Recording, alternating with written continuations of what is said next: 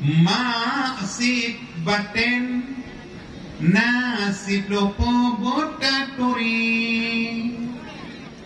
lam arba'in menan kulle Ghazali wajib pate dumu kalaf jipu jio sagai bajibito ubak tubuh pertama pun hubut ta'am yakni sangat kemasakan mabuk-mabuk makanan lazat. Yang kedua syarihul kalam letak narid dan faidah dan manfaat yang namagrid kelegata yakni bunga hati gata uput hasut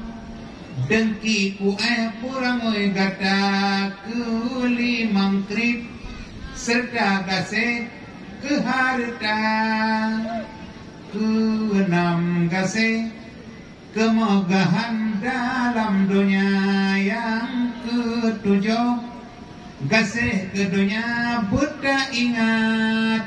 Yang kepuncak kejahatan kun Muhammad. Yang ke-8 dikabo kata purayak drawa atuh makhluk Tuhan esadum berangsa si kurung ujab yakni hirun gata kedrawa tangkan lain lage gata dalam nanggro si lo ria kubut amai tan ikhlas amai ta kubut semata-mata kan karena Allah.